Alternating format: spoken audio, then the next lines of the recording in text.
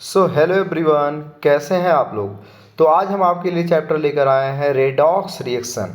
Redox reaction जो होता है वो बहुत ही इंपॉर्टेंट रिएक्शन है। ये आपके इलेक्ट्रोकेमिस्ट्री में इस चैप्टर का पूरा यूज होता है और जगह जगह पे जो ऑर्गेनिक केमिस्ट्री है उसमें कौन सा रिएक्शन रिडक्शन हुआ, कौन सा ऑक्सीडेशन हुआ, इन सभी के कॉन्सेप्ट वहाँ पर क्या होते हैं, यूज होते हैं। और रेडॉक्स रिएक्शन का इतना बेहतरीन कंटेंट मैं इस वीडियो में आपके लेकर आया हूँ ना, आप पूरे यूट्यूब पर ढूंढ लीजिए। अगर आपको ऐसा कंटेंट मिल जाए तो फिर आप ये वीडियो मत देखिएगा, ठीक है। आप इसकी वीडियो को देखिए, उसके बाद इसके कंटेंट के बारे में कमेंट बॉक्स में ज़रूर बताइएगा। तो चलिए बिना किसी देर के हम शुरू करते हैं, काम की बात करते हैं और बाकी बातें तो वीडियो देखने के बाद करेंगे, ठीक है। चलिए ओके। तो यहाँ पर हम जो पहला टॉपिक लेकर आए, देखिए रिडक्शन। रिडक्शन के दो कॉन्सेप्ट होते हैं, एक होता है ओल्ड कॉन्सेप्ट और एक होता है मॉडर्न कॉन्सेप्ट। ओल्ड कॉन्सेप्ट में यही बताया गया कि किसी में अगर ऑक्सीजन ऐड हो जा रहा है या हाइड्रोजन रिमूव हो जा रहा है तो उसको हम बोलते हैं ऑक्सीडेशन। और जिसका वाइस वर्सा जो होता है, अपोजिट होता है, वो क्या होता है, रिडक्शन होता है, ठीक है। तो यहाँ देखिए मैग्नीशियम ऑक्सीजन में ऑक्सीजन ऐड हो गया तो ये क्या, इसका ऑक्सीडेशन हो गया। कार्बन में ऑक्सीजन ऐड हो गया, उसको क्या हो गया, कार्बन डाइऑक्साइड बन गया। तो ये हो गया इसका ऑक्सीडेशन, ठीक है। मैं जो चीज़ें बहुत इजी होंगी मैं उनको फटाफट करूँगा, क्योंकि मैं यहाँ 4 घंटे का वीडियो नहीं बनाने वाला हूँ। यहाँ पर आपको 50 मिनट या 40 मिनट में फुल कंटेंट आपको यहाँ प्रोवाइड करने की कोशिश है, ताकि आपका एक भी चीज़ ना छूटे। और यहाँ पर जो इसका जो कंटेंट है आपको टेलीग्राम पर मिल जाएगा, जो इसका लिंक मैं डिस्क्रिप्शन बॉक्स में ज़रूर पेस्ट करूँगा, ठीक है। चलिए, तो इसका जस्ट अपोजिट आप देखोगे, अगर किसी में हाइड्रोजन ऐड हो जा रहा है तो उसका रिडक्शन हो जा रहा है, और ऑक्सीजन निकल जा रहा है तो उसका क्या हो गया, रिडक्शन हो रहा है, ठीक है। अब जरूरी नहीं कि ऑक्सीजन जैसा कोई इलेक्ट्रोनेगेटिव एलिमेंट किसी से जुड़ जाए, जैसे फ्लोरीन, क्लोरीन, नाइट्रोजन, ये सब अगर किसी से इलेक्ट्रो पॉजिटिव से जुड़ते हैं तो उसको हम लोग क्या बोलते हैं, ऑक्सीडेशन। जैसे देखिए आयरन से सल्फर जुड़ गया तो यहाँ भी हम लोग बोलेंगे ऑक्सीडेशन। इलेक्ट्रोनेगेटिव का जुड़ना ऑक्सीडेशन, और इलेक्ट्रो पॉजिटिव का निकलना भी क्या है, ऑक्सीडेशन। इसका जस्ट उल्टा क्या है, रिडक्शन। तो आप इन कॉन्सेप्ट को एक बार जरूर ध्यान से देख लीजिएगा, ठीक है। आपको सारी चीज़ें यहाँ पर क्या आ जाएंगी, समझ में आ जाएंगी। अब ऑक्सीडेशन का जो हर जगह वैलिड रीजन दिया जाता है, ऑक्सीडेशन का मतलब होता है रिमूवल ऑफ इलेक्ट्रॉन, इलेक्ट्रोनेशन मतलब इलेक्ट्रॉन निकल जाए, और इलेक्ट्रोनेशन का होता है इलेक्ट्रॉन ऐड हो जाए, ठीक है। तो यहाँ पर जो है, जैसे जिंक देखिए, जिंक अपना 2 इलेक्ट्रॉन निकाल दिया तो जिंक का क्या हो गया, ऑक्सीडेशन हो गया, जिंक +2 बन गया। SN+2 को क्या पढ़ते हैं हम लोग, स्टैनस। स्टैनस जो है 2 इलेक्ट्रॉन निकाल दिया तो उसको हम लोग क्या पढ़ेंगे, स्टैनिक बोलेंगे, ठीक है। ऐसे फेरस था, ये इलेक्ट्रॉन ले लिया, देखो अगर इलेक्ट्रॉन ले रहा तो उसका क्या हो जाता है, रिडक्शन हो जाता है। तो यहाँ पर ऑक्सीडेशन रिडक्शन आप देख लीजिएगा, आपको सारी चीज़ें समझ में आएंगी। ऑक्सीडेशन का मतलब होता है ऑक्सीजन का जुड़ना, हाइड्रोजन का निकलना, जबकि इसका उल्टा क्या होता है, रिडक्शन। और ऑक्सीडेशन मतलब होता है मॉडर्न कॉन्सेप्ट के हिसाब से इलेक्ट्रॉन का निकलना, और ऑक्सीडेशन और इलेक्ट्रॉन का जुड़ना, रिडक्शन। जहाँ आपको एग्जाम्पल लेकर के चीज़ें समझाई गई हैं।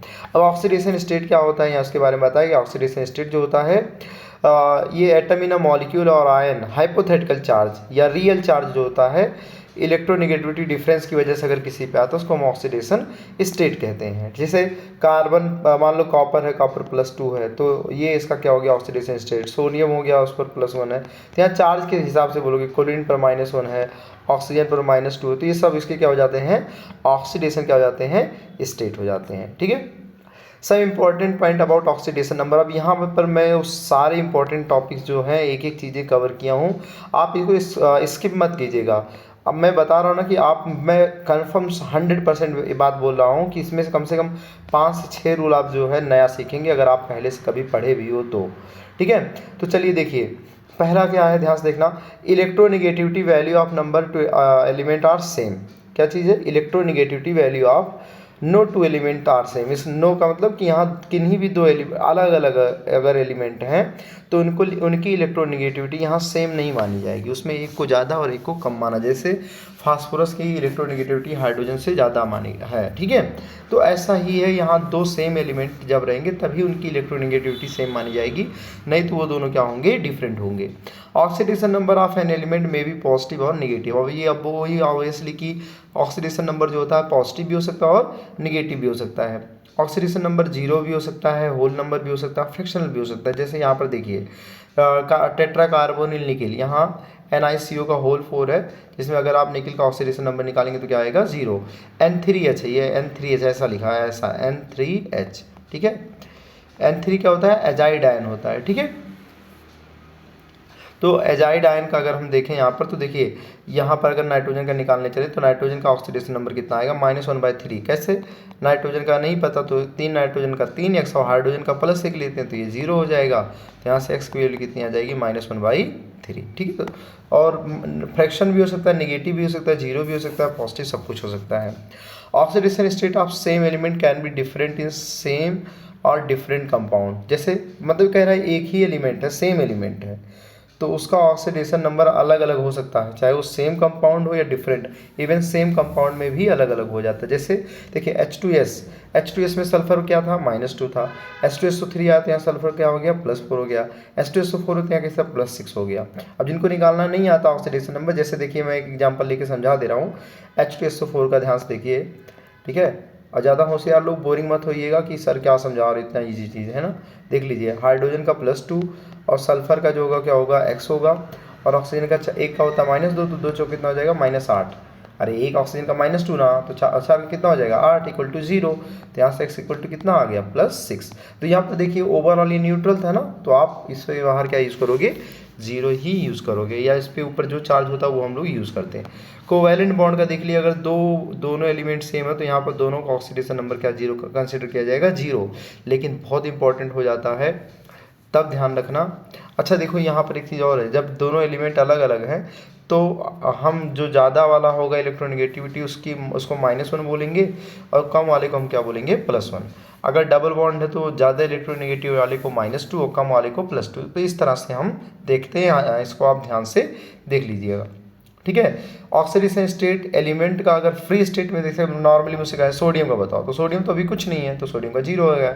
Sodium, copper, iodine, chlorine, oxygen normal state में जो होगा कि फ्री स्टेट में कितना आता है, 0 आता है। कोई मॉलिक्यूल है H2O2 N2P4 एसेट होता है सल्फर, 8 मोल एटम से मिलके बना होता है। तो होमो एटॉमिक अगर है ना, तो वहाँ होमो एटॉमिक अगर है तो वहाँ मॉलिक्यूल जो होगा उसका ऑक्सीडेशन नंबर क्या आएगा, 0 आएगा। ठीक है, एलोट्रॉपिक फॉर्म के भी ऑक्सीडेशन नंबर 0 होते हैं, जैसे कार्बन का डायमंड, कार्बन का ग्रेफाइट, सल्फर मोनोक्लिनिक रोम्बिक होता है, तो इनके एलोट्रॉपिक फॉर्म के भी क्या होते हैं, 0 होते हैं। ऑक्सीडेशन स्टेट अगर अमलगम है, अमलगम देखिए, अमलगम क्या होता है आपको पता होना चाहिए। अमलगम मतलब होता है जब मरकरी किसी मेटल के साथ मिल जाती है तो उसको अमलगम बोलते हैं। तो यहाँ सोडियम अमलगम अगर मिला तो इसका मतलब ये मत समझिए कि सोडियम पर प्लस है और मरकरी पर माइनस है। यहाँ जो है ये एलॉय का फॉर्मेशन है, और यहाँ भी ये दोनों लोग कैसे हैं, 0 की ऑक्सीडेशन स्टेट में है। ठीक है, कॉम्प्लेक्स कंपाउंड में जो होता है मेटल कार्बोनिल जो होते हैं, मेटल कार्बोनिल, तो मेटल वहाँ पर ऑक्सीडेशन नंबर 0 होता है। ऑक्सीडेशन स्टेट फ्लोरीन का कितना होता है, -1 होता है। तो ये जो रूल्स है ना, इनको एक बार देख लीजिएगा, ताकि कभी किसी कंपाउंड का अगर आप निकाल रहे हो तो आपको अप्लाई करना आना चाहिए। Oxidation number of first and second group element +1 +2। अब जैसे फर्स्ट ग्रुप का मतलब सोडियम है ना, लिथियम हो गया, सोडियम हो गया, पोटेशियम हो गया, रुबिडियम हो गया, सीजियम हो गया, फ्रेंसियम हो गया। तो इन सब पे जो चार्ज आएगा वो कितना आएगा, +1 आएगा। कितना आएगा, +1 का चार्ज सभी पर आएगा। ठीक है, और नो मतलब कोई एक्सेप्शन नहीं, इनका हमेशा यही ही आएगा। और बेरिलियम मैग्नीशियम पर क्या आएगा, +2। बेरिलियम मैग्नीशियम हो गया, बेरिलियम मैग्नीशियम कैल्शियम, ठीक है, स्ट्रॉन्सियम और बेरियम और रेडियम। ठीक है, रेडियम, इन सब पर क्या आएगा, +2 आएगा। क्या आएगा, इन सब पर +2 आएगा। ठीक है, तो वही बोल रहा है यहाँ पर कि ग्रुप 1 और ग्रुप 2 में जो होता है सभी के ऑक्सीडेशन नंबर क्या होते हैं, ग्रुप 1 के +1, ग्रुप 2 के +2।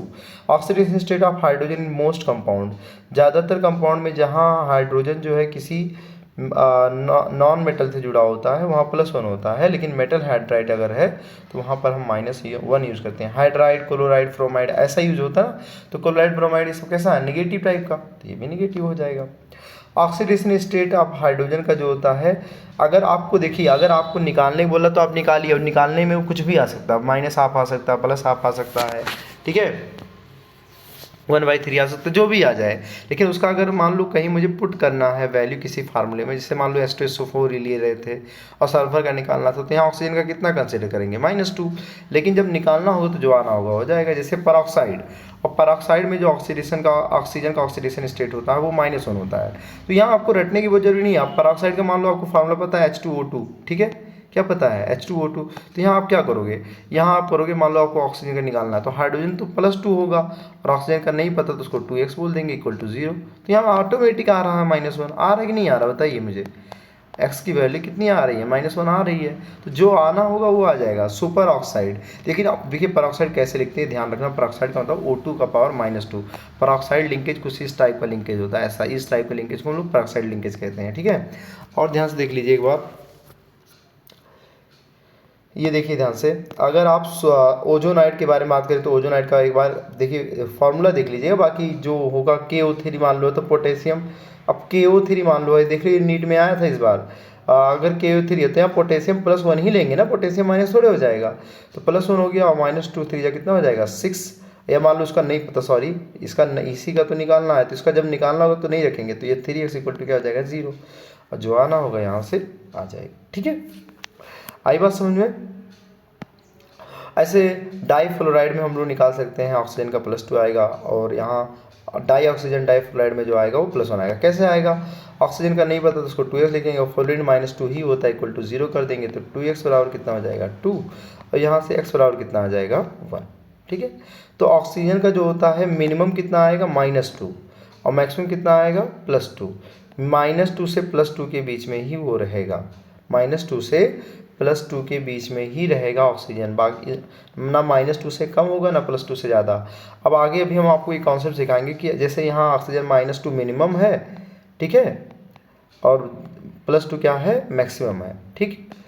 तो जब कोई मिनिमम स्टेट में होता है ना अपने मिनिमम, तो मिनिमम में होगा तो जाहिर सी बात है कि अब और इलेक्ट्रॉन तो निकालेगा नहीं कि वो -3 बन जाए, तो वो इलेक्ट्रॉन लेगा, और इलेक्ट्रॉन लेगा तो खुद का क्या करेगा, इलेक्ट्रॉन लेगा तो खुद का रिडक्शन करेगा, तो ये बन जाता है, देखो ये और रिड्यूस नहीं होगा तो इलेक्ट्रॉन रिमूव करेगा, सॉरी इसका होगा ऑक्सीडेशन, और ऑक्सीडेशन होगा तो ये रिड्यूसिंग एजेंट की तरह काम करेगा, रिड्यूसिंग एजेंट। अगर ऑक्सीजन जहाँ -2 में है वहाँ ऑक्सीजन कैसा काम करेगा, रिड्यूसिंग एजेंट की तरह, ठीक है, रिड्यूसिंग एजेंट। लेकिन जहाँ ऑक्सीजन जो है +2 में होगा अपना मैक्सिमम, कोई भी ऐसे मान लो कि सल्फर है, मिनिमम होता है -2 होता है, मैक्सिमम +6 होता है, तो -2 में वो रिड्यूसिंग एजेंट है, लेकिन +6 में वो कैसा हो जाता है ऑक्सीडाइजिंग एजेंट, कैसा हो जाता है, ऐसे यहाँ पर भी ये कैसा हो जाएगा ऑक्सीडाइजिंग एजेंट। लेकिन अगर वो मान लो बीच का है, मतलब देखो अगर +2 में तो केवल ऑक्सीडाइजिंग एजेंट, -2 में तो केवल रिड्यूसिंग एजेंट, लेकिन अगर कभी मान लीजिए कोई -1 में है, तो -1 में तो उसके इधर भी जाने के चांसेस हैं, इधर भी जाने के चांसेस हैं, तो ये दोनों की तरह काम कर सकता है, रिड्यूसिंग एजेंट भी तरह काम कर सकता है और ऑक्सीडाइजिंग एजेंट की तरह भी क्या कर सकता है, काम कर सकता है, ठीक है। अब यहाँ पर देखिए वो ऑक्सीडेशन नंबर निकालने के लिए बोला कि एल्जेब्रिक सम कीजिए और न्यूट्रल मॉलिक्यूल को कितना कर दीजिए 0। जैसे अगर मान लो आपको निकालना है H3PO4 में फास्फोरस का, H3PO4 में किसका निकालना, फास्फोरस का, तो फास्फोरस का आपको नहीं पता, लेकिन हाइड्रोजन का, अब देखो हाइड्रोजन का जब रखना होगा तो नॉन मेटल के साथ आप क्या रखोगे, प्लस ही रखोगे, तो 3 का +3, सल्फर का नहीं पता x, ऑक्सीजन का -2 होता है, मैंने बोला कि ऑक्सीजन को जहाँ आपको पुट करना होगा -2 रखना, और जहाँ निकालना होगा वो खुद आ जाएगा, तो ऑक्सीजन का क्या हो जाएगा 2 4 जा 8, ठीक है, = 0, तो यहाँ से x = कितना आ जाएगा 8/3, ठीक है, ये इसका ऑक्सीडेशन नंबर आ जाएगा, ठीक है। H3PO4 जो होता है, H3PO4 में अगर देखें तो हाइड्रोजन का +3 आएगा, ठीक है, और फास्फोरस का नहीं पता है, ऑक्सीजन का -2 होता है, तो 4 है तो 2 4 जा कितना हो जाएगा 8, और यहाँ से आएगा x = कितना आ जाएगा 8/3, ठीक है। इन केस आप कोऑर्डिनेट बॉन्ड, ये बहुत इंपॉर्टेंट है, ध्यान रखिए, ध्यान से रखिए, ये कोऑर्डिनेट बॉन्ड का जो कॉन्सेप्ट है ना ये बहुत इंपॉर्टेंट है, ठीक है। स्टार तो बन नहीं रहा था मुझसे लेकिन बन गया लगभग, ठीक है। चलिए यहाँ पर देखिए, अगर कोऑर्डिनेट बॉन्ड है दोनों सेम है AA, तो जो देता है उस पर +2 आता है, जो लेता है वो -2 आता है, क्योंकि आप जानते हो कि कोऑर्डिनेट बॉन्ड में जो होता है एक डोनर होता है और एक क्या होता है एक्सेप्टर होता है। ऐसा B वाला भी देख लीजिए, जो देगा वो +2, जो लेगा वो -2।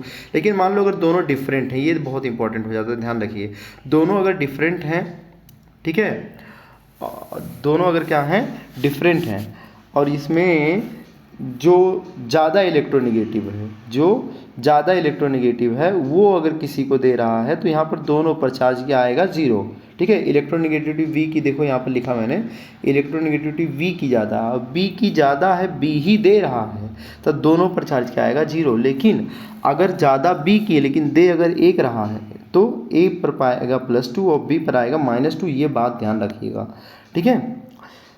जो इलेक्ट्रोनेगेटिव जिसकी ज़्यादा होगी अगर वही दे रहा है तो कोई बात नहीं, तब तो दोनों जीरो आ जाएगा, लेकिन अगर दूसरा वाला दे रहा है तो एक पर प्लस आ जाएगा, एक पर क्या आ जाएगा, -2 आ जाएगा, ठीक है। अब यहाँ पर देखिए मैं कुछ आपके लिए इंपॉर्टेंट एग्जांपल्स लेकर के आया हूँ। ऑक्सीडेशन नंबर ऑफ सल्फर, अगर एसेट में कोई हमसे सल्फर का ऑक्सीडेशन नंबर पूछे तो क्या आएगा, 0 आएगा। एसेट का अगर एसेट का ऑक्सीडेशन नंबर मुझसे सल्फर के भी पूछे तो कितना आएगा, 0। H2O8 -2 का आप देख लीजिएगा ध्यान से निकाल करके, इसका निकाल के चेक कर लीजिएगा, इसका निकाल करके ज़रूर एक बार देख लीजिएगा ध्यान से, ठीक है। H2O8 -2 H2O3 -2, जैसे इसका निकालना मैं एक चलो निकाल के दिखा दे रहा हूँ, आप बाकी आप निकाल के ट्राई करना, ठीक है। तो ध्यान से देखना इसका क्या होगा, सल्फर का नहीं पता तो 2 है तो 2x, और ऑक्सीजन का कितना होता है 2 होता है -2, और 8 का कितना हो जाएगा -16। अरे ऑक्सीजन का -2, 8 का -16 इक्वल टू कितना कर देंगे। अब यहाँ कोई जी चार्ज नहीं होता तो 0 करते, लेकिन ऊपर देखिए -2 का चार्ज है, यहाँ पर -2 का चार्ज है, यहाँ कितना कर देंगे -2, तो 2x इक्वल टू हो जाएगा 14 प्लस का 14, और x इक्वल टू कितना आ जाएगा 7। अब ध्यान से देखिए एक चीज़, x इक्वल टू कितना आ रहा है यहाँ पर, H2O8 में कितना आ रहा है, 7 आ रहा है। और कभी भी किसी का ऑक्सीडेशन नंबर उसकी औकात से ज़्यादा है, जैसे सल्फ़र का मैक्सिमम 6 होता है। सर आपको कैसे पता, सल्फ़र 16 नंबर पे है और इसका ऑक्सीडेशन, इसका कन्फिग्रेशन ये है 286, ये 6 ही तो बाहर कर सकता, या बहुत करेगा तो 2 ले लेगा, तो +6 इस पर ज़्यादा से ज़्यादा आ सकता है, और +7 अगर आ रहा है तो हम इसको क्या कर देंगे, कैंसिल कर देंगे, और इसका आंसर हम लोग +6 ही बोलेंगे, ठीक है। अब ये स्ट्रक्चर बेस्ड है, और आगे स्ट्रक्चर मैं इसका समझाया हूँ, ध्यान से देख लीजिएगा, ठीक है। स्ट्रक्चर में इसको मार्शल एसिड कहते हैं, H2SO8 को, ठीक है। अच्छा, ऑक्सीडेशन नंबर आप NaOClO4 में से क्लोरीन का बताना है, तो कोई बड़ी बात नहीं है क्लोरीन का बताना, लेकिन ये ध्यान रखना कि ये जो है नाइट्रोनियम आयन है NO+, तो आप यहाँ जब सेपरेट कर लोगे NO+, तो जाहिर सी बात अगर इतने पर प्लस आया तो इतने पूरे पर क्या आएगा, माइनस, और यहाँ से क्लोरीन का निकालना क्या हो जाएगा, इजी।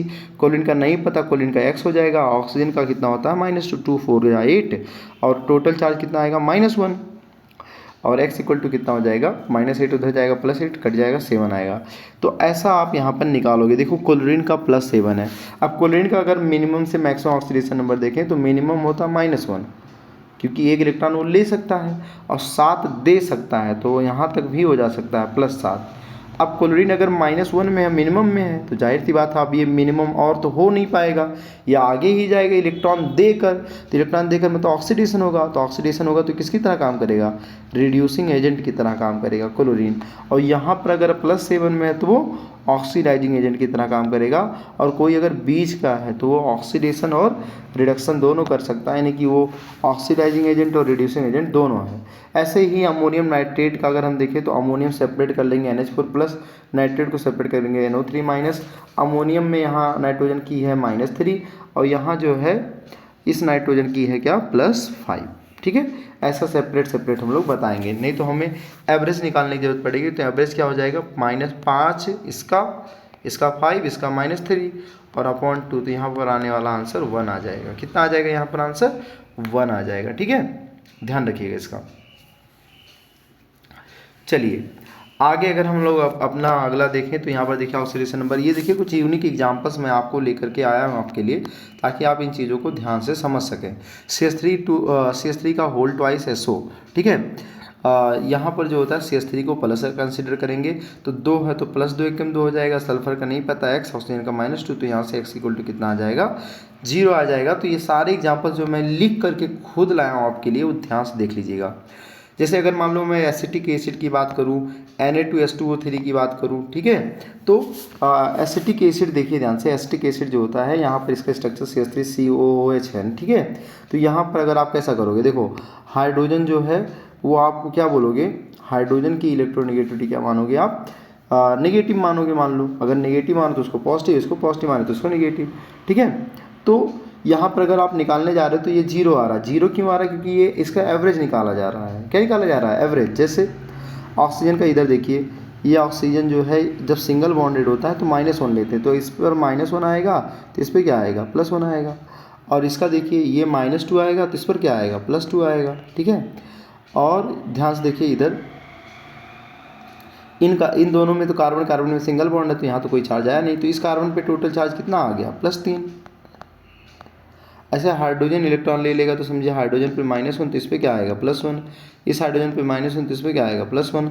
इस हाइड्रोजन पे -1 तो इस पर क्या आएगा, +1। ठीक है, नहीं एक बार ध्यान से देख लीजिएगा इधर, इसका जो है ऑक्सीजन जो हाइड्रोजन जो है यहाँ पर क्या आएगा, पॉजिटिव आएगा। हाइड्रोजन जो है पॉजिटिव इलेक्ट्रॉन देगा, यहाँ पर गलती मुझसे, हाइड्रोजन जो है वो पॉजिटिव है और ये पॉजिटिव है, तो ये क्या आएगा, 3 बार निगेटिव। तो यहाँ इसका कितना आया, -3। ठीक है, -3 आया, और -3 अगर आया तो -3 और +3 ये दोनों जोड़ करके एवरेज क्या आएगा, 0 आएगा। ठीक है, Na2H2O3 का ऐसे ही एक बार आप ध्यान से देख लीजिएगा। ठीक है, Na2H2O3 में जैसे यहाँ पर दोनों लोग सेम है तो देने वाले को +2 बोल देंगे और लेने वाले को क्या बोल देंगे, -2। ऑक्सीजन इसके बीच में -1 होगा और ये क्या हो जाएगा, +1, और ये -2 हो जाएगा और ये क्या हो जाएगा, +2, और ये -1 हो जाएगा, क्या हो जाएगा, +1। तो इसका टोटल गिनिए, देखिए कितना आ रहा है इसका आ रहा है 2 2 4 and 1 6, इसका 6। ठीक है, अब एवरेज अगर आप निकालने जाएंगे तो 6 इसका है, -2 इसका, अपॉन 2 कर देंगे, तो 6 - 2 ये 4 आया, 4/2 कितना आ जाएगा, एवरेज 2। तो डायरेक्ट अगर आप फार्मूला रख के लगा रहे हैं, इससे सोडियम का 2x और या इसका H2 का 2x, यहाँ ये देखो सोडियम का इसका H2 का ही लिख दिया पहले, 2x, और Na2 का हो जाएगा +2, और ऑक्सीजन का 2 3 -6 = 0, तो यहाँ की वैल्यू कितनी आ गई, +2। ठीक है, कुछ और एग्जांपल्स मैं आपके लिए यहाँ पर लेकर आया, जैसे फेरिक ऑक्साइड है Fe3O4। ठीक है, Fe3O4 जो है ये 2 ऑक्साइड कंबाइन करके बना होता है, एक फेरिक ऑक्साइड और एक फेरस ऑक्साइड। फेरिक ऑक्साइड में जो आयरन हो +3 में और फेरस ऑक्साइड में जो हो +2 है। ठीक है, तो अगर आप इसका डायरेक्ट अगर आयरन का यहाँ देख रहे हैं ऑक्सीडेशन नंबर, तो आता है 8/3। कितना आता है, 8 अपॉन क्या आता है, 3 आता है। लेकिन वैसे समझिए कि कैसे 8/3 आ रहा है, देखिए यहाँ पर 2 आयरन है तो दोनों का +3 3 है, तो +3 यहाँ पर एक आयरन उसका +2 है, और कितने लोग हैं, 3 लोग हैं, 2 आयरन और 1 आयरन, 3 आयरन, तो ये 8/3 ही तो आएगा। तो एवरेज ऑक्सीडेशन नंबर यहाँ पर कंसीडर किया गया है, कौन सा, एवरेज ऑक्सीडेशन नंबर। ठीक है, Br3O8 का एक बार आप ध्यान से देख लीजिएगा, कार्बन सब ऑक्साइड, क्या बोलते हैं इसको, कार्बन सब ऑक्साइड, इसमें भी आप एक बार जरूर ध्यान से देख लीजिएगा। ठीक है, अब मैं वही बताया कि मैक्सिमम ऑक्सीडेशन नंबर जो होता है वो होता है ऑस्मियम का और रुथेनियम का। इससे ज़्यादा किसी का आ रहा तो समझो इसके स्ट्रक्चर में ही कोई हिंट छुपा हुआ है, इससे ज़्यादा ऑक्सीडेशन नंबर किसी का नहीं आ सकता है। ठीक है, अगला देखिए कैरोज एसिड का फार्मूला जो है H2SO5 है। ठीक है, कैरोज एसिड। अब यहाँ पर अगर आप निकालने जा रहे हो तो देखो सीधा इसका आंसर आ रहा है 8, लेकिन 8 पॉसिबल है नहीं क्योंकि सल्फर का मैक्सिमम कितना होता है, 6। तो यहाँ पर पता चलता है इसके स्ट्रक्चर से ये परऑक्सी लिंकेज। अब ये आत्मज्ञान नहीं होगा, यहाँ आपको पहले से पढ़ना पड़ेगा, आपको समझना पड़ेगा। देखिए H2SO8 आया था ना आगे, यहाँ पर भी देखिए ये परऑक्सी लिंकेज है, तो परऑक्सी लिंकेज में यहाँ ऑक्सीजन को -1 लेते हैं, यहाँ भी -1 लेते हैं, और अगर आप इसको फार्मूले से निकाल लोगे तो ये क्या हो जाएगा, गलत। ये भी देखिए गलत है, ये +7 नहीं +6 होगा। ऐसे ही है butterfly structure of chromium oxide का बटरफ्लाई स्ट्रक्चर देखिए, अगर यहाँ पर आप 5 ऑक्सीजन की वजह से निकाल रहे हो तो ऐसा करोगे, यही तो करोगे, क्रोमियम का X और हाइड्रोजन का -2 तो ऑक्सीजन का -2 तो 5 का 10 हो जाएगा = 0। तो X = ऐसा लगेगा कि 10 आ गया, तो X + 10 हो ही नहीं सकता, जब मैक्सिमम 8 ही है तो ऑक्सीजन कैसे 10 हो जाएगा, अरे क्रोमियम कैसे 10 हो जाएगा। तो यहाँ पता चलता है कि यहाँ पर देखिए ये 2 जो है ये परऑक्साइड लिंकेज है, जिसकी वजह से यहाँ पर +6 आएगा। कैसे +6 आएगा, अरे एक ऑक्सीजन का -1, इस ऑक्सीजन का -1, इसका -1, इसका -1, अब ये 4 ठो -1 है तो इस पर +4 नहीं आएगा, क्या आएगा ना, ऑक्सीजन -2, इस पर क्या आएगा, +2, तो +2 और +4 कितना आ जाएगा, +6।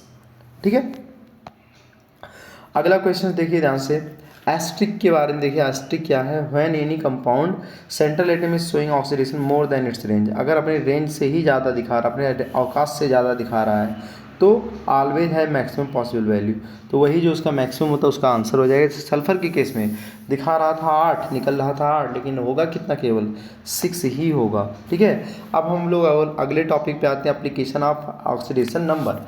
एप्लीकेशन ऑफ ऑक्सीडेशन नंबर में अगर हम बात करें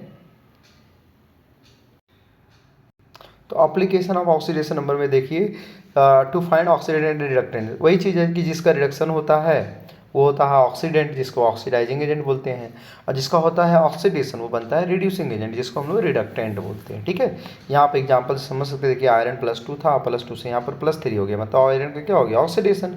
तो आयरन का ऑक्सीडेशन हुआ तो यहाँ आयरन का काम होगा रिड्यूसिंग एजेंट का। और MnO4 यहाँ पर आप देखेंगे तो मैग्नीज है +7 के स्टेज में, यहाँ पर +7 में है, अब +7 में वो +2 में चल गया, मतलब उसको खुद का हो गया रिडक्शन, तो वो काम करेगा ऑक्सीडाइजिंग एजेंट का। ठीक है, अब वही चीज़ है, कह रहा है कि कैसे हम पता करें कि कौन ऑक्सीडाइजिंग एजेंट होगा, कौन रिड्यूसिंग एजेंट होगा। तो वही है कि अगर वो मिनिमम में है, ये मैं बात कर चुका हूँ पहले, अगर वो अपने मिनिमम में है, जैसे वही चीज़ कि सल्फर मिनिमम -2 होता है, तो -2 में तो वो रिड्यूसिंग एजेंट का काम करेगा, और अगर +6 में होता तो वो ऑक्सीडाइजिंग एजेंट की तरह करता। अगर बीच का इंटरमीडिएट है तो वो दोनों काम करेगा, ऑक्सीडाइजिंग और रिड्यूसिंग का। ठीक है, जिसका ऑक्सीडेशन नंबर ज़्यादा आ जाए, ठीक है,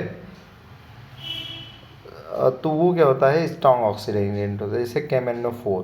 अगर K2Cr2CO HNO3 में अगर हम देखें तो KMnO4 पे +7 का चार्ज है, तो वो जो है बेस्ट ऑक्सीडाइजिंग एजेंट है। और इसका उल्टा होता है, जिस पर ज़्यादा नेगेटिव चार्ज होता है वो बेस्ट रिड्यूसिंग एजेंट का काम करता है। कंपेयर ऑफ एसिडिक स्ट्रेंथ, जिस पर अगर दो सेम कंपाउंड को लगभग कंपेयर करा, जैसे HNO3 और HNO2 HNO3, नाइट्रिक एसिड और नाइट्रस एसिड, तो यहाँ पर जो नाइट्रिक एसिड के लिए आएगा वो +5 है तो स्ट्रॉन्ग माना जाएगा, ऐसे सल्फ्यूरस एसिड, सल्फ्यूरिक एसिड, और यहाँ क्लोरीन ऑक्सी एसिड जो दिए हैं उनमें देखिए जैसे जैसे ऑक्सीडेशन नंबर क्लोरीन का बढ़ रहा है उनका एसिडिक स्ट्रेंथ भी क्या होता जा रहा है, बढ़ता जा रहा है। लेकिन यहाँ पर जो फास्फोरस के ऑक्सी एसिड है वहाँ पर ये एग्जाम्पल आपका क्या हो जाएगा, एक्सेप्शन बन जाएगा, क्योंकि यहाँ पर जिसका ऑक्सीडेशन नंबर सबसे कम है वो स्ट्रॉन्ग ऑक्सीडाइजिंग एजेंट है। इसका रीजन उसका स्ट्रक्चर में छिपा हुआ है, क्योंकि आप जब H3PO2 का स्ट्रक्चर बनाओगे तो H3PO2 का कुछ स्ट्रक्चर ऐसा आएगा, PO2।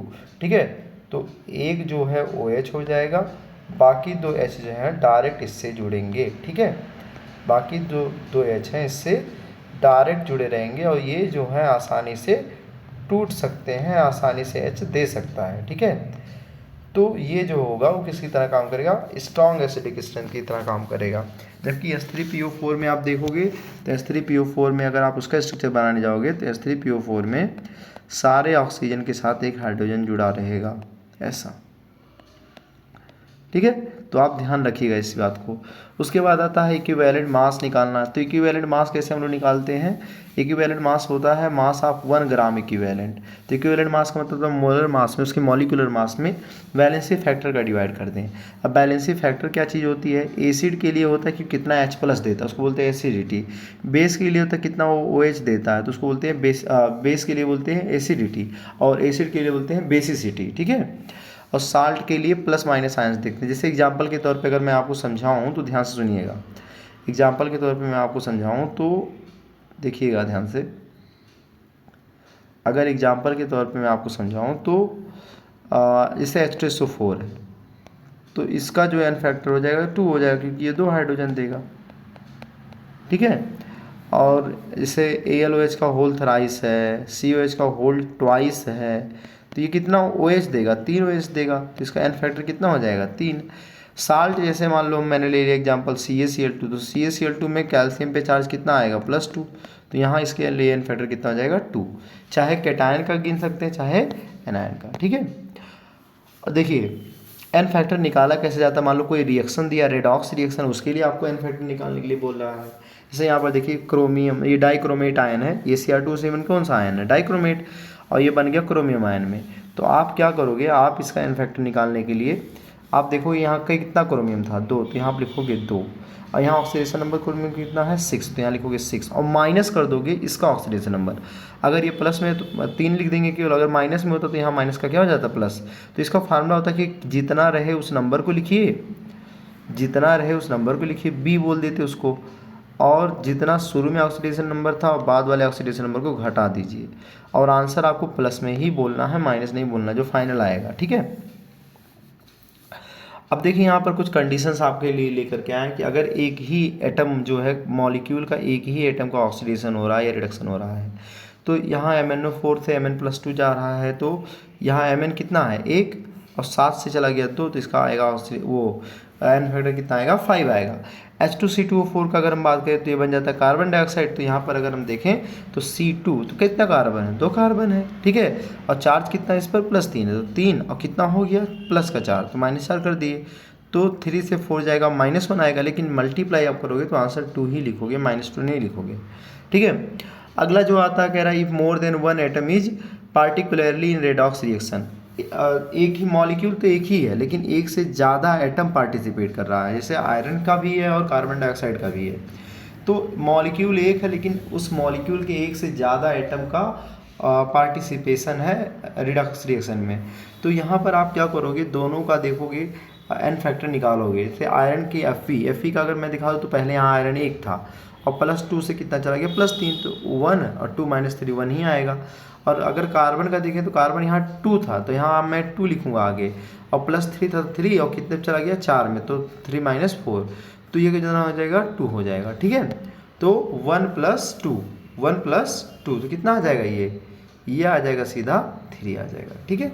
इन दोनों को क्या करना रहेगा, इस केस में ऐड करना रहेगा। ये ध्यान देख लेना इस रिएक्शन का, अगर आपसे एन फैक्टर पूछ रहा है तो वहाँ पर आप बैलेंस फैक्टर कितना लिखोगे 3 लिखोगे। इंट्रा मॉलिक्यूलर रेडॉक्स रिएक्शन का क्या मतलब है कि उसी मॉलिक्यूल में ही एक का रिडक्शन हो जाए और एक का क्या हो जाए ऑक्सीडेशन हो जाए, एक का रिडक्शन हो जाए। यहाँ पर देखिए दोनों का क्या हो रहा था, Fe+2 से +3, +3 से +4, दोनों को ऐड करना पड़ा। लेकिन अगर मॉलिक्यूल में ही रेडॉक्स रिएक्शन हो रहा है, ठीक है, जैसे +3 से ये गया 0 और आयरन -2 से चला गया 0, तो एल्युमिनियम को +3 से 0 जाना रिडक्शन है, लेकिन ऑक्सीजन का -2 से 0 जाना ऑक्सीडेशन है। ठीक है। तो यहाँ ऑक्सीडेशन अगर मैं एल्युमिनियम के लिए निकालूँ तो एल्युमिनियम शुरू में कितना था 2 था, एल्युमिनियम शुरू में कितना था 2, ऑक्सीडेशन में कितना था 3, कितना हो गया यहाँ पर 0, तो 6 ही आया। ऐसे ऑक्सीजन के वजह कितना आएगा 6 आएगा, उसको 6 ही कंसीडर करेंगे यहाँ पर, चाहे आप ऑक्सीडेशन का ले लीजिए चाहे रिडक्शन का ले लीजिए। ठीक है। ऐसा ही आप इसका करके बताइएगा हमको। डिसप्रोपोर्शनेशन का मतलब होता है एक ही एलिमेंट का ऑक्सीडेशन भी हो जाए, एक उसका रिडक्शन भी हो जाए। ठीक है। उसको हम डिसप्रोपोर्शनेशन कहते हैं, और उसके लिए एन फैक्टर का तरीका होता है ये। ठीक है। ऑक्सीडेशन जिसका जब जितना हुआ वो, रिडक्शन जितना हुआ वो अपॉन FO+FR। ठीक है। जैसे अगर मैं बोलूँ यहाँ पर तो बताइए मुझे कि ये फास्फोरस कितना है 4 और शुरू में कितना था 0, ये मैं रिडक्शन के लिए देख रहा हूँ, रिडक्शन के लिए तो 4 था और कितना हो गया, ये कितना हो गया, चलिए ऑक्सीडेशन के लिए देख, रिडक्शन के लिए बोला तो पहले रिडक्शन देख लीजिए -3, तो यहाँ मैं लिखूँगा +3 क्योंकि माइनस पहले से था, तो प्लस हो जाएगा 12। ऐसे अगर मैं ऑक्सीडेशन के लिए देखूँ, ऑक्सीडेशन के लिए तो ऑक्सीडेशन के लिए कितना है, शुरू में देखिए 4 ही तो है ये, और ये कितना चला गया देखिए, और 0 था और माइनस करूँगा ये कितने पड़ जाएगा 3, तो 4 का कितना आ जाएगा ये 12, -12 नहीं लेंगे, यहाँ 12 ही लेंगे। और 12 का अगर आप इस तरह एन फैक्टर इस रिएक्शन के लिए निकाल रहे हो तो ये आपका निकल करके आएगा। डिसप्रोपोर्शनेशन रिएक्शन का मतलब आपको यहाँ समझाया है कि जब एक ही मॉलिक्यूल का ऑक्सीडेशन भी हो जाए और रिडक्शन भी हो जाए, when reduction and oxidation takes place in same element of the same compound, compound एक ही हो लेकिन एलिमेंट क्या हो सेम। ठीक है। कम प्रोपोर्शनेशन रिएक्शन जो होता है वो रिवर्स होता है डिसप्रोपोर्शनेशन का। जैसे ये देखिए यहाँ से एक जो है ऑक्सीजन -1 का, ऑक्सीजन -1 से -2 में चला गया, ऑक्सीजन -1 से 0 में चला गया। अब यहाँ क्या होता है, ये +1 का भी क्लोरीन इसी में आया है और -1 का भी क्लोरीन इसी में आया है। ठीक है। तो उल्टा होता है डिसप्रोपोर्शनेशन का। ठीक है। अगर इधर से देखेंगे तो आप समझेंगे, इससे देखो क्लोरीन -1 भी हो गया, क्लोरीन +1 भी हो गया, क्लोरीन का रिडक्शन भी हो गया, क्लोरीन का ऑक्सीडेशन भी हो गया। लेकिन जब वापस ये मर्ज कर जाते हैं तो उसको हम लोग रिवर्स डिसप्रोपोर्शनेशन बोलते हैं या कम प्रोपोर्शनेशन रिएक्शन बोलते हैं। ठीक है। यहाँ पर मैं आपके लिए चार्ट लेके आया हूँ कि कुछ रिएक्शंस दिए हैं तो उनके इक्विवेलेंट वेट आप कैसे निकालोगे। ठीक है। तो आप ध्यान से एक बार देख लीजिएगा, चार्ट आपको पूरी तरीके से समझ में आ जाएगी। ठीक है। देख लीजिए ध्यान से, बहुत इंपॉर्टेंट है, हल्के मत लीजिएगा इस चार्ट को। लाया तो इसका मतलब कोई मीनिंग है। अब नॉर्मेलिटी अगर आपको निकालनी है तो नॉर्मेलिटी के लिए आपको इक्विवेलेंट वेट चाहिए। क्या चाहिए? Equivalent weight. अब वो भी देखिए KMnO4 को किस मीडियम में बोला है? एसिडिक मीडियम में बोला है। और KMnO4 अगर एसिडिक मीडियम में है तो ये Mn+2 बन जाता है। क्या बन जाता है? Mn+2। तो यहाँ जो इलेक्ट्रॉन का डिफर करता है वो 5 इलेक्ट्रॉन का डिफरेंस होता है। ठीक है, तो मैं अगर n फैक्टर की बात करूँ तो यहाँ 5 आएगा। तो अगर इक्विवेलेंट मास निकालना होगा तो मोलर मास KMnO4 का ले लेंगे और वैलेंसी फैक्टर यही 5 ही लेंगे। तो यहाँ 5 यूज़ करके ये कर देंगे। और नॉर्मेलिटी अगर आपको निकालना है तो इस फार्मूले में पुट कर दीजिए। W दिया ही है 15.8 और E मैंने निकाल लिया। सब कुछ रखेंगे, यहाँ आपका क्या आ जाएगा? आंसर आ जाएगा। ठीक है, उसके बाद आता है लॉ ऑफ इक्विवेलेंस पे क्वेश्चन। लॉ ऑफ इक्विवेलेंस में होता है कि किसी भी रेडॉक्स रिएक्शन में जो रिडक्टेंट का इक्विवेलेंट होता है वो बराबर होता है ऑक्सीडेंट के इक्विवेलेंट के। ठीक है, इक्विवेलेंट जो होता है रिडक्शन वाले का बराबर होता है इक्विवेलेंट ऑफ ऑक्सीडेशन। ठीक है, तो यहाँ पर देखिए ध्यान से, यहाँ पर इस क्वेश्चन में ये रेडॉक्स रिएक्शन है तो यहाँ पर मैं ये बोलूँगा कि कॉपर +2s, देखिए यहाँ +2s जो था ये +1 में था, +1 से +2 में चला तो इसका ऑक्सीडेशन हुआ। तो इस कॉपर +2s का जो इक्विवेलेंट होगा वो बराबर होगा KMnO4 के। ठीक है, तो इक्विवेलेंट कैसे निकालते हैं?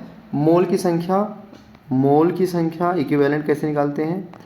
इक्विवेलेंट मोल की संख्या में n फैक्टर क्या कर देते हैं? मल्टीप्लाई। मोल की संख्या में n फैक्टर वैलेंसी फैक्टर क्या कर देते हैं? मल्टीप्लाई। जैसे CU2s का देखोगे तो कितने मोल्स दिए था? ध्यान से देखना, 1 मोल, 1 लिख दिया। लेकिन ये फैक्टर में 8 कैसे लिखा? देखिए इस रिएक्शन में देखिए ये सल्फर कितना है? -1। अरे ये सल्फर -1 में ही भाई। देखिए कॉपर का क्या होता है नहीं पता तो इसको मैं +2x बोल दे रहा हूँ। सल्फर का -2 बोल दिया मान लो अगर 0 करके, तो यहाँ पर देखिए ध्यान से, इधर उनसे CU2O में यहाँ अगर हम सल्फ़र का देखें तो सल्फ़र जो है -2 में है और -2 से जो है यहाँ पर किस में आया? ये आया है +4 में आया है। ठीक है, तो +4 में अगर यहाँ पर आएगा तो यहाँ पर हम इसका मोल की संख्या कितना लेंगे? 6 लेंगे। जैसे कैसे 6 लेंगे? इधर देखिए CU2, अगर मैं इसको +2 बोलूँ, +2, ठीक है, तो यहाँ पर जो है ये 2 का है। देखिए ध्यान से, CU2s है, ये CU2s है और CU2s से अगर हम सल्फ़र डाइऑक्साइड में जा रहे हैं, CU2s से किस में जा रहे हैं? Sulphur dioxide. सल्फ़र डाइऑक्साइड का ये कितना हो जाएगा? +4। सल्फ़र डाइऑक्साइड का कितना हो जाएगा? ये +4 हो जाएगा। और यहाँ पर ये कितना है? यहाँ पर सल्फ़र जो है अगर एक कॉपर को +2 माने, एक को क्या माने? +2, तो 2 को हो जाएगा +4। तो यहाँ सल्फ़र जो है -4 में है। -4 से +4 में जाने के लिए 8 का डिफरेंस आया। वैसे भी समझ सकते हो, था -4 हो गया भी +4, तो ये आ जाएगा -8।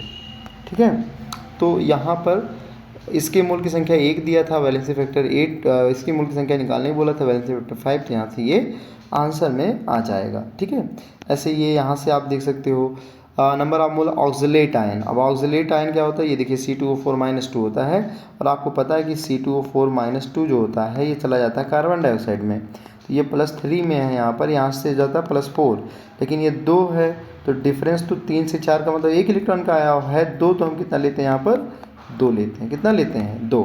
तो इसके जो वैलेंसी फैक्टर वो 2 लेंगे, लेकिन इसके मोल ही नहीं पता तो मोल निकालना है। बाकी जो है 1 मोल ऑफ MnO4 का दिया है तो MnO4 का 1 लिख देंगे। ठीक है, और आपको पता है कि MnO4 एसिडिक मीडियम में जो होता है Mn+7 से Mn+2 में चला जाता है। Mn+7 से किस में चला जाता है? Mn+2 में। ठीक है, तो 5 का डिफरेंस आया तो यहाँ से ये हो जाएगा। ठीक है, ये क्वेश्चन देखिए आपके लिए लेकर आया, इसको क्वेश्चंस को ध्यान से देख लीजिएगा।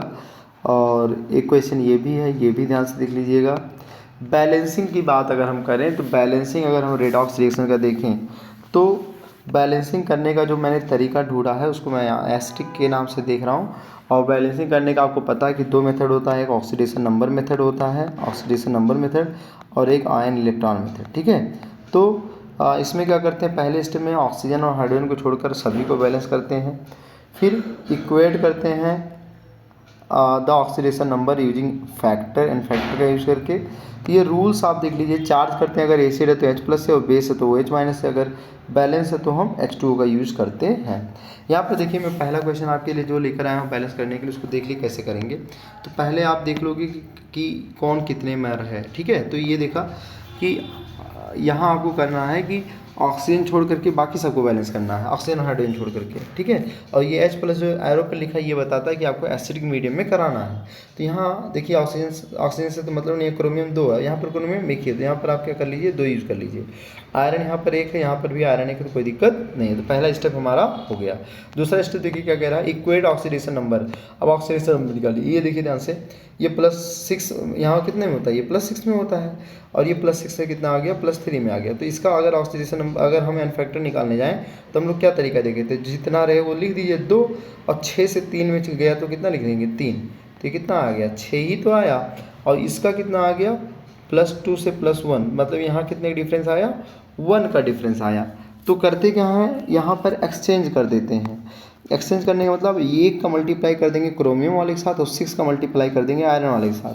तो यहाँ हो जाता है देखिए Cr2O7, ये 1 का ही मल्टीप्लाई किया तो ऐसा रह गया, और आयरन का जो होगा वो कितना हो जाएगा 6 का मल्टीप्लाई, तो 6Fe+2 हो गया,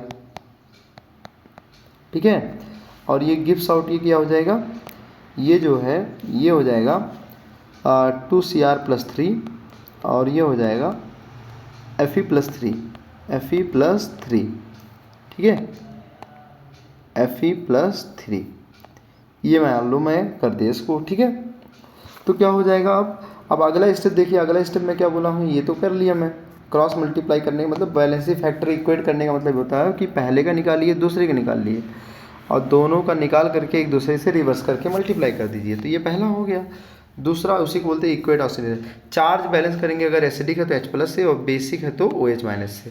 तो चार्ज बैलेंस करिए, देखिए इधर कितना चार्ज है, 6 दूना देखो 6 कम 6 और +2, 6 दूना 12, और इधर 2 3 6, 6 और 3 9, तो इधर 9 ही है, इधर 12 है।